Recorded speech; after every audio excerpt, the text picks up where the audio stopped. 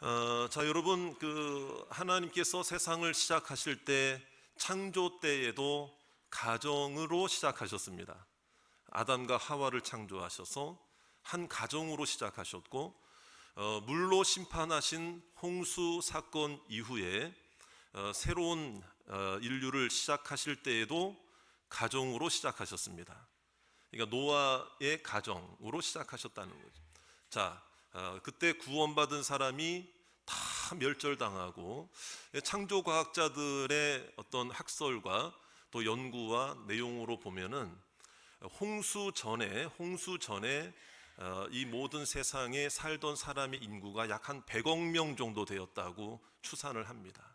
많게는 150억에서 200억까지도 봅니다. 왜냐하면 그 당시에 사람들의 그 수명과 이런 것들을 다 계산해 보면은 그 정도의 이제 숫자가 되는데, 자, 이제 노아 홍수는 모든 이 세상, 그러니까 어떤 지역적인 장소만 물이 범람하고 홍수가 난 게 아닙니다, 여러분. 뭐 쓰나미 이 정도는 비교할 수도 없이 온 세상이 다 물에 잠긴 것입니다. 그러니까 이제 지금의 해안선이 그때의 40일 동안의 물이 범람한 그런 물결의 엄청난 거대한 힘으로 한꺼번에 이런 지형들이 이루어졌고, 자, 그러다 보니 노아가 홍수 이후에 딱 이제 세상에 딱 나와가지고 배에서 나와서 세상을 살라고 보니까는요, 아무도 없는 거예요. 홍수 날 때가 600세였고 노아가 홍수 난 이후에 350년을 더 살았습니다. 자, 그러니까 노아는 몇 세까지 살았죠? 여러분, 이것은 더하기입니다. 더하면 됩니다. 자, 그러니까 950세까지 살았어요.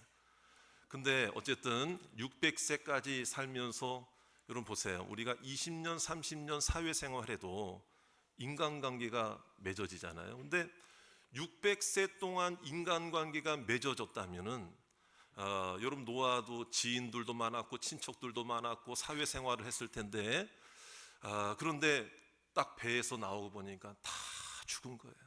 다 사라진 거예요. 그냥 자기 가족들밖에 없는 거예요. 그러니까 이 가정을 시작할 때에 그래서 그 가정에 하나님이 복을 주신 줄로 믿습니다. 새롭게 시작한. 그런데 이런 축복의 내용뿐만 아니라 오늘 창세기의 7장, 8장, 9장을 쭉 읽으면 하나님 분명히 축복하셨습니다. 이들을 축복하셨습니다. 그런데 노아의 가정도 아직은 인생을 살아가며 육신을 입고 있는 사람의 가정이기 때문에 어떤 문제가 없을 수 없는 거죠. 오늘도 문제가 등장합니다. 정말 가정에 일어나서는 안 될 문제들이 노아의 가정에 보여집니다. 여러분, 이 사건을 굳이 하나님께서 성경에 기록을 해서 우리들로 하여금 새롭게 시작한 인류의 첫 시작의 이 노아의 가정에 참 어려운 일이 다 없으면 더 좋았겠지만, 이러한 오늘 아까 읽으셨죠? 이러한 일들이 일어난 것은 결국 우리들에게 어떤 내용으로 말씀을 하고자 하시는 건가? 먼저 결론부터 말씀드리면 하나님은 가정을 소중히 여기시는 줄로 믿습니다. 아름다운 모습도 물론 있어요.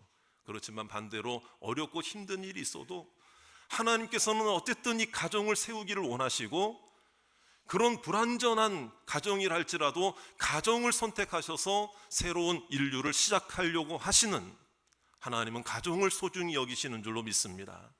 노아의 가정을 선택하셨다면 저와 여러분들의 가정도 하나님이 우리를 선택하셔서 새로운 출발하게 하실 줄로 믿습니다. 그럼 어떤 일이 일어났느냐? 우리 아까 다 읽으셨지만 노아가 농사를 지었어요. 포도 농사를 지었습니다. 그래서 그 포도를 가지고 포도주를 만들었는데 그걸 한 잔, 두 잔 홀짝 마시다 보니까 이게 습관이 된 거예요. 그러니까 그날도 그 술을 마시고 취해서 옷까지 막 다 벗어 제낀 거예요.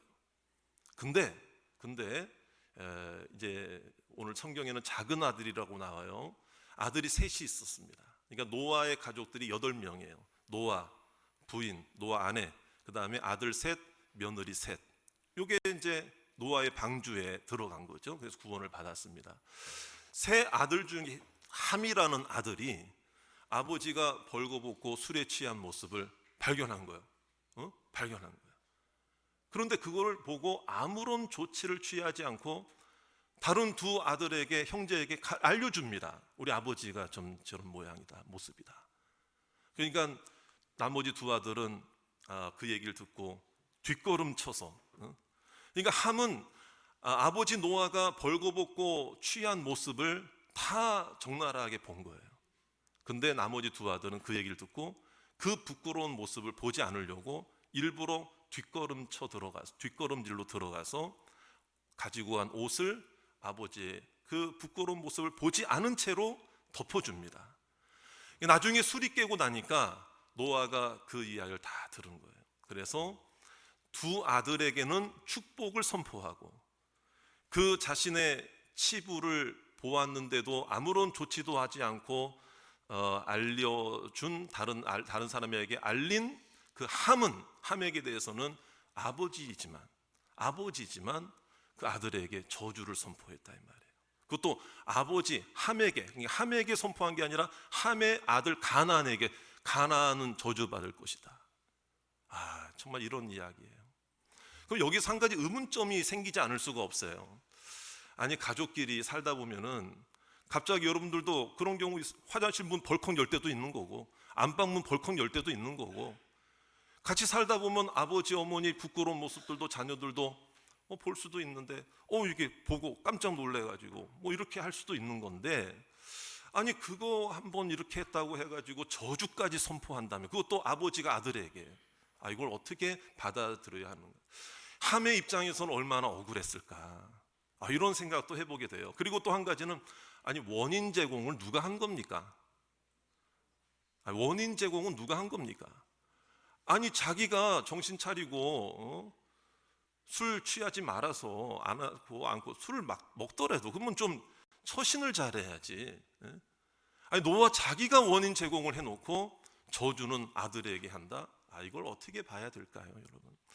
오늘 이 말씀을 통해서 참 어려운 이야기입니다. 하지만 오늘 이와 같은 이 가정의 한 모습을 보면서 우리 가정 또한 하나님께서 복 주시기를 원하시고 우리의 가정을 포기하지 않으시고, 이런 부족한 면이 있고 불완전한 면이 있고 여러분 어렵고 힘든 부분이 있다 할지라도 하나님은 가정을 세워가실 줄로 믿습니다.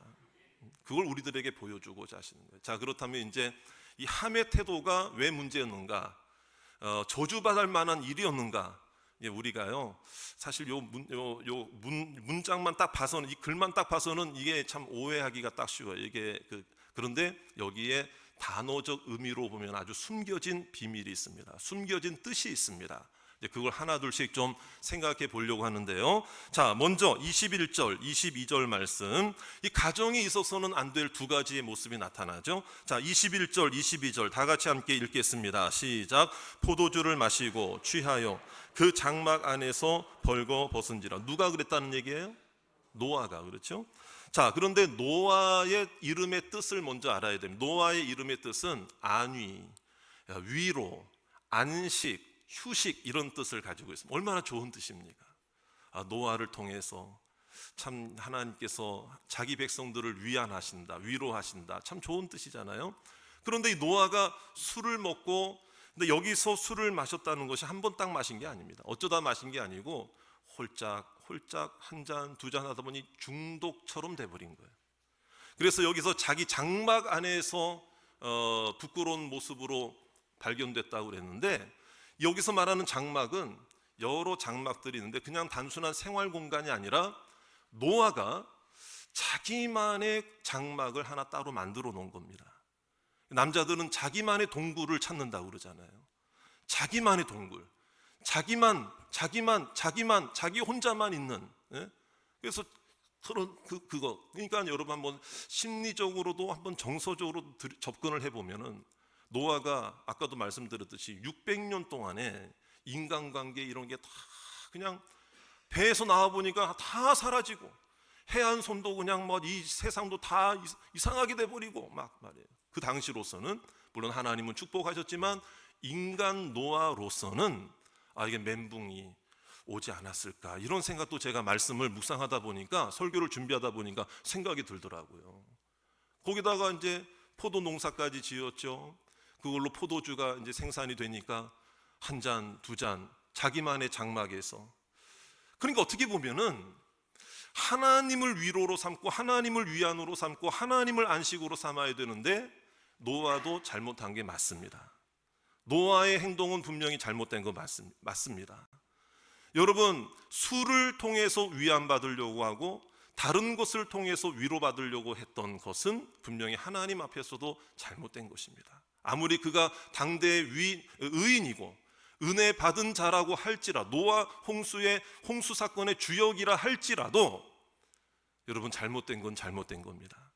중요한 것은, 여기서 알아야 될 것은 뭐냐면, 아무리 과거에 내가 은혜로운 삶을 살았다 할지라도 여러분, 오늘 은혜 받지 못하면, 오늘 하나님과의 관계가 무너진다면 오늘 나는 여전히 여지없이 무너질 수밖에 없는 연약한 인생임을 믿으시기 바랍니다. 인정하시기 바랍니다. 깨닫기를 주의 이름으로 축원합니다. 노아도 인생이었다. 그래서는 안 되지만 이런 모습, 여러분, 술을 먹은데 술을 취하고 옷까지 다 벗어 제꼈다, 이거는 중독 수준의 주사입니다. 이거는 있어서는 안 될 일입니다. 이거는 한두 번 어쩌다가 있었던 것이 아니고 이거는 술이 인의 바퀴였다라는 것입니다. 노아도 어쩔 수 없었다라는 거예요. 있어서는, 아버지로서는 있어서는 안 될 모습이었다는 거예요. 오늘 이 모습을 보면서 우리 부모된 분들도 이런 생각해, 이것 좀 어때? 그러지 마시고요, 정말 하나님 저를 따라하시고 하나님 앞에서, 자식들 앞에서 여러분 정말 보여서는 안 될 모습을 우리는 정말 하나님 앞에서 우리 자신을 돌아보아야 할 줄로 믿습니다. 여러분, 이 노아의 모습 물론 잘못된 거예요. 하지만 함의 모습도 문제가 많은 행동이었습니다. 왜 그러느냐? 뭐 어쩌다 이렇게 보게 될 수도 있죠. 그게 무슨 큰 잘못인가요? 저주받을 만한 일인가요? 그게 아니라요, 여기서 22절을 보세요. 자, 22절 보겠습니다. 시작. 가나안의 아버지 함이 그의 아버지의 하체를 보고 밖으로 나가서 그의 두 형제에게 알림. 여기서 보았다라는 표현, 하체를 보았다, 그러니까 벌거벗은 모습, 그 하체를 보았다고 할 때 이 보았다는 말이 이렇게 뭐 하다가 딱 본 게 아니에요. 어쩌다 흠칫 놀란, 이 정도가 아니고, 여러분, 히브리어 원어의 의미를 보면 자세히 들여다보았다, 이런 뜻입니다. 눈에 띈 거하고 자세히 들여다본 거는 이건 차원이 다른 겁니다. 이건 무엇을 말하는가 하면은 아버지의 부끄러운 모습을 보고 즐겼다는 표현입니다. 함이 아버지의 모습을, 부끄러운 모습을 보고 즐겼다. 왜 즐겼느냐? 왜 자세히 봤느냐? 아버지의 약점을 잡으려고 그런 거예요. 어떤 이유가 있었는지 모르죠. 함과 노아 부자 사이에 어떤 문제, 어떤 트러블이 있었는지는 성경에서는 딱 뭐라고 이야기하지 않지만 그 단어가 주는 의미가 바로 그러한 의미라는 거예요. 그러니까 의도적으로 아버지의 약점을 잡으려고, 그리고 이러한 일들이 목격된 것이 한두 번이 아니었기 때문에 함은 또다시 아버지의 약점을 잡으려고 그 순간을 노렸을지도 모르는 정황이 이 단어 안에 있습니다. 그리고 그것을 덮어주지 않고 자기 형들에게 알려줬다는 얘기는 감싸주지 않고 아버지의 약점을 어떻게 해요? 소문내었다라는 것입니다. 여러분, 소문낼 때 뭐 악플 달고 막 그럴 때도 마찬가지고, 무슨 기사를 쓸 때도 그렇고, 여러분 거의 99.9%는요 뭐 100%라도 과언이 아닙니다. 정말 그 대상을 사랑해서 악플 달고 댓글 달고 그런 사람이 과연 몇 명이나 되겠습니까? 거의 소문이 난다, 소문을 낸다, 의도적인 것입니다. 다른 두 형제에게 알렸다고 하는 것은 소문을 내기 위한 것이었고, 다른 공범을 만들려고, 끌어들이려고 하는 악한 의도가 있었다는 거예요. 그래서 이 함의 태도는 단순히 한 가정의 아버지에 대한 불손한 태도이기 이전에 한 종족이고, 한 교회고, 한 공동체로, 한 민족으로 보았을 때에 이건 하나님이 세우신 하나님의 부모라고 하는 그 가정으로 보면 가정의 지도자, 하나님이 세우신 자에 대한 이런 도전이고, 그리고 하나님께 대한 도전으로 여기 하나님이 보셨다라는 것입니다. 그래서 하나님께서 노아가, 여러분 아무리 저주와 축복이라도 노아 스스로가 할 수 있는 게 없습니다. 노아가 자기 아들들에게 축복도 하고 저주도 했다는 것은 하나님이 허용하시지 않으면 안 되는 일입니다. 믿습니까? 그러니까 노아의 아들 함이 저주를 받았다고 하는 것은 이건 하나님에게 대한 도전으로 하나님이 여기셨기 때문에 노아를 통하여 함을 저주하는 것에 대해서 하나님이 허락하신 것이죠. 이거는 하나님에 대한 정면 도전이죠. 여러분, 이런 일들이 지금 우리의 가정에도 일어날 수 있다는 것입니다. 서로 헐뜯고 서로 책망하고 공격하고, 가족끼리도 감싸주기는커녕 소문내려고 하고 들추려고 하고, 그리고 부모를 하나님이 세우신, 하나님이 우리에게 허락해 주신, 자녀들에게 주신 부모라고 하는 생각 이전에 못마땅한 것만 생각나고 잘못한 것만 생각나서 자녀들은 공격하고 못마땅해 하고, 여러분 가정에 있어서는 안 될 이 모습이 새롭게 출발하는 인류 가정의 첫 가정에도 있었다면 우리 가정도 뭐라고 말할 수는 없는 것입니다. 그러나 성경이 여기서만 딱 끝났다고 한다면 얼마나 불행한 일이고 얼마나 참 낙심천만한 일이겠습니까? 하지만 하나님은 이러한 가운데서도 노아의 가정을 통해서 하나님의 축복이 이어지게 하신 줄로 믿습니다. 하나님의 은혜의 물줄기가 이어지게 하신 줄 믿습니다. 그래서 물론 비록 함은 저주를 받았지만 셈과 야벳은 오히려 아버지의 부끄러움을 덮어주는 그 모습을 통해서 하나님이 그 가정을, 그 인생들을 축복하신 줄 믿습니다. 그 장면을 한번 말씀을 볼까요? 자, 23절을 봐야 되겠죠. 우리 23절 말씀 다 같이 함께 읽어봅니다. 시작. 셈과 야벳이 옷을 가져다가 자기들의 어깨에 메고 뒷걸음쳐 들어가서 그들의 아버지의 하체를 덮었으며 그들이 얼굴을 돌이키고 그들의 아버지의 하체를 보지 아니하였더라. 단순히 셈과 야벳은 옷을 가져가서 이렇게 덮어드렸구나, 그렇게만 생각하시면 안 됩니다. 자, 오늘 말씀에 보면 셈과 야벳이 이 함의 이야기를 듣고 아예 처음부터 옷을 가져갔습니까? 가서 이렇게 덮어드릴 걸 찾았습니까? 처음부터 옷을 이거는 의도적으로 옷을 챙겼다는 거예요. 왜? 어떻게 하려고? 덮어주려고, 감싸주려고, 의도적으로. 이걸 다시 말하면 작정해서입니다. 작정해서.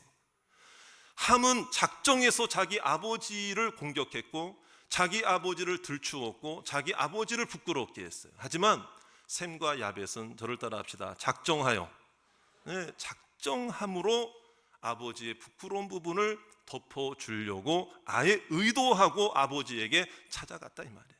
옷을 가지고.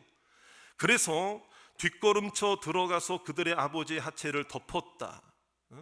거기서 볼 때에 여기서 말하는 그 의도적으로, 작정해서라고 하는 말에 우리가 중요한 단서를 하나 알아야 됩니다. 여러분, 우리의 가정에도 어쩌다가 어떻게 하다 보니 저절로 자연스럽게 서로를 감싸주고, 이거 참 쉽지 않습니다. 때로는 어떤 면에서는 작정해서라도 서로 간에 부끄러운 부분과 연약한 부분을 감싸주는 가족들이 되시기를 주의 이름으로 축원합니다. 작정해야 됩니다. 작정해야 됩니다. 여기 계시는 우리 모든 성도님들도 연로하신 부모님들이 계신다면은 자녀의 입장일 거고, 자녀들이 있다면 부모의 입장일 거예요. 모든 자녀분들이 자녀의 입장에서 한번 생각해 보세요. 부모님에게 어떤 말을 하나 해드리는 것도, 부모님을 대하는 것도 저절로 되는 것도 물론 있습니다. 워낙 그것이 생활화되어 있으면. 하지만 우리 인생은 다 부패한 인생이고 마음속에 죄악이 가득합니다. 나 중심으로 이기적일 수밖에 없는 게 부모도 되고 자녀도 됩니다. 그러니까 작정해서 부모의 마음을, 작정해서 부모에게 효도하고 부모를 감싸주려고 하는 그 마음이 여러분 모든 자녀들에게 오늘 작정되어지기를 주의 이름으로 축원합니다. 그러면 제가 말씀을 묵상하다 보니 좀 마음에 감동이 되는 게 몇 가지가 있더라고요. 그래서 여기 계신 모든 자녀들은 오늘 작정하시길 바랍니다. 아무리 어떤 일이 있어도 우리 부모님에게 할 말 있고 하지 말아야 될 말이 있습니다. 물론 이렇게 지내다 보면 부모 자녀 간의 친구처럼 그건 너무 좋은 것 같아요. 친구처럼 친밀하게 이렇게 자연스럽게 서슴없이 그거 좀 너무 딱딱하고 경직되라는 얘기가 아니죠. 하지만 정말 중요할 때는 선을 넘어서는 안 되는 거예요. 함은 선을 넘었습니다. 하지만 셈과 야벳은 작정하고 선을 넘지 않기로 작정한 것입니다. 그래서 해야 할 말이 있고 하지 말아야 될 말이 있습니다. 부모님에게. 그래도 하나님이 우리에게 주신 부모님이고 세우신 부모님인데 이런 마음이 들어요. 어떤 거냐면 우리들도 이제 작정해야 됩니다. 어떤 말을 작정해서 하면 안 되느냐. 자, 첫 번째는요, 우리 부모님하고 대화 나누고 부모님하고 이렇게 대해드릴 때 정말 작정해서 해서는 안 될 말이 뭐냐. 첫 번째는요, 가슴 아프게 해드리는 말은 정말 작정해서라도 하지 마시기 바랍니다. 내가 이 말을 했을 때 우리 부모님이 이 이야기를 나한테 들으면은 얼마나 가슴 아플까. 안 그래도 우리 부모님들도 알고 있을 텐데 얼마나 참 마음 아플까. 이런 생각이 드는 그런 말들, 그런 말들은 작정해서 오늘부터 하지 마시기를 주의 이름으로 축원합니다. 왜 아멘이 적을까요? 자, 다시 한번요. 그런 말은 정말 작정해서 하지 마시길 바랍니다. 아멘. 자, 그 다음에 또 이런 말을 해서는 안 돼요. 걱정 끼치는 말은 해서는 안 됩니다. 우리 부모님, 이건 작정해서 해야 됩니다. 작정해야 안 할 수가 있는 것입니다. 그냥 작정하지 않으면은요, 나도 모르게 막 나올 수 있습니다. 해놓고 후회합니다. 이 말을 했을 때 우리 아버지가, 우리 어머니가 걱정을 하실까 안 하실까, 이걸 좀 생각하자. 마지막으로 세 번째는 작정해서 하지 말아야 될 말이 뭐냐. 이 말을 했을 때 부모님이 부끄러워진다면 그 말은 하지 말자. 부모님 나보다 학식이 부족하고 배운 게 없고 경험한 게 없다고 해서 나는 더 많이 안다고 그래서 부모님한테 쉽게 대하면서 무시하는 말, 깔보는 말, 이것도 모르냐고 하는 말, 부모님을 면전에 두고 부끄럽게 하는 말이거든요. 부모님을 오히려 자식들로 하여금 자랑스럽게 하는 말을 해야 되죠. 보람되는 말씀을 드려야죠. 자, 우리 세 가지 한번 명심해 볼까요? 자, 무슨 말 하지 말자. 가슴 아프게 하는 말, 걱정 끼치는 말, 자, 뭐 하는 말, 뭐 하게 하는 말, 부끄럽게 하는 말 하지 말자. 저도 대학생 때요, 교회를 가고 이렇게 하고 학교도 가고 이렇게 할 때 좀 편하게 타고 다니려고 오토바이. 근데 오토바이는 너무 위험하니까 제 나름대로는 스쿠터 아세요? 이렇게만 땅 땡기면 쫙 가는 거. 그 속도도 많이 안 나요. 그래서 저희 아버지한테 쪼르고 또 사달라고 그러는데 저희 아버지가 안 된다 계속 그러죠. 거절하세요. 제가 그날도 잊지 않아요. 그날 방에서 저희 아버지한테 또 막 강하게 막 쫄랐어요. 아버지, 저 이거 있어야 돼요. 막 그러면 조심히 탈게요. 안전하게 탈게요. 막 쫄았는데 저희 아버지가 딱 얼굴 표정을 딱 이렇게 진지하게 정색을 하시고 저한테, 진철아, 내가 지금까지 너 얘기를 하면은 다 귀담아 듣고 다 들어줬다. 근데 이것만큼은 안 되겠다. 딱 그 이야기를 딱 하시는데 제 마음속에, 야, 이거는 정말 내가 앞으로 오토바이 얘기는 꺼내면 안 되겠구나. 이런 마음이, 그때 저희 아버지랑 싸운 것도 아니에요. 다툰 것도 아니에요. 실랑이를 크게 한 것도 아니에요. 근데 그 말씀을 딱 듣자마자 마음속에 딱 그냥 생기더라고요. 저는 그것이 아마 하나님이 주신 마음이 아닌가. 그래서 그 이후부터 마음속에 이제는 아버지한테는 이 얘기는 절대 얘기해서는 안 되겠구나, 아예 작정을 하게 되더라고요. 그래서 지금까지 한 번도 얘기를 안 해요. 지금도 얘기를 안 합니다. 지금까지 얘기를 안 합니다.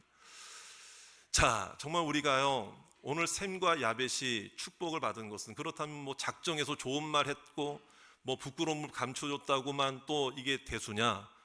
여러분, 더 놀라운 비밀이 이 말씀에 있습니다. 아까 옷으로 덮어줬다고 그랬죠? 노아가 잘못 안 했다는 게 아니에요. 잘못했죠. 그럼에도 불구하고 덮어주었다고 할 때 이 덮어준다라는 이 카사라는 이 히브리어 단어가요, 시편에 보면 죄악을 덮는다고 할 때 이 카사라는 단어가 사용되고, 이것은 예수 그리스도의 보혈로 온 인류의 죄악을 덮어주시는 그 의미의 말씀인 줄로 믿으시기 바랍니다. 셈과 야벳이 축복을 받은 이유는 그냥 윤리적으로 도덕적으로 단순히 효도해야 되겠다는 마음으로 작정한 것이 아니고, 하나님께서 우리 인류의 모든 죄악을 사하셔서 그 홍수 심판 가운데서도 우리 가정을, 우리 아버지를 통해서 우리 가정을 구원하셨다. 그러니까 셈과 야벳에게는 이 은혜에 대한 감격이 있는 거예요. 여러분, 우리 부모님들이 뭔가 부족하고 연약한 게 있어도 우리 부모님 때문에 내가 신앙생활을 하게 되고 내가 예수님 믿게 되고 내가 하나님의 자녀가 되었다면 그 한 가지만으로도 우리는 엄청난 복음의 빛과 사랑의 빚을 진 자들이 아닙니까? 그러니까 여러분, 몇 마디 말 조심하는 거, 작정하는 거, 이게 대수겠느냐 이 말이에요. 우리는 항상 예수님의 보혈을 생각해야 됩니다. 예수님 십자가의 은혜를 생각해야 됩니다. 나도 허물이 있고 나도 부끄러운 게 있는데 하나님께서 죄악을 주님의 보혈로 덮어주셨습니다. 할렐루야. 서로 덮어줄 때 이 가정이 온전해진다라는 것, 은혜의 원리를 이 셈과 야벳은 깨닫고 있었기 때문에 하나님의 축복을 누릴 수 있는 자들이 된 줄로 믿습니다. 그래서 오늘 결론입니다. 오늘 우리의 가정도 마찬가지입니다. 헐뜯고 비방하고 공격하면 우리 가정은 깨어집니다. 지금까지 잘했어도 오늘 깨어질 수밖에 없는 것이 우리의 인생입니다. 하지만 계속해서 덮어주시기를 바랍니다. 계속해서 주님의 보혈을 의지해서 은혜의 강이 흐르기를 주의 이름으로 축원합니다. 그래서 오늘 말씀의 결론입니다. 이 문장을 여러분들이 오늘 딱 마음속에 새기시길 바랍니다. 우리가요, 축복의 조건은요, 완벽해서 완전해서 축복을 받는 게 아니라 덮어줌으로 축복을 받는 것입니다. 다시 한번 저를 따라 합시다. 완벽하고 완전해서 축복을 이루는 것이 아니라 감싸주고 덮어주어서, 그렇습니다. 덮어줌으로, 완전함으로 축복에 이르는 것이 아니고 덮어줌으로 축복에 이르는 것입니다. 할렐루야. 이러한 가정이 되셔서 우리가 가정 생각하면 얼마나 감사할 게 많아요. 그 감사를 생각하면 여러분, 우리가 어려움도 있어요, 힘든 것도 있어요. 그러나 그래도 하나님 안에서 믿음의 가정을 이루게 하신 것 감사하는 마음으로, 감사함으로 가정의 달을 보내시고 믿음으로 서로가 서로를 덮어주는, 작정하시는 모든 성도님들 되시기를 주의 이름으로 축복합니다.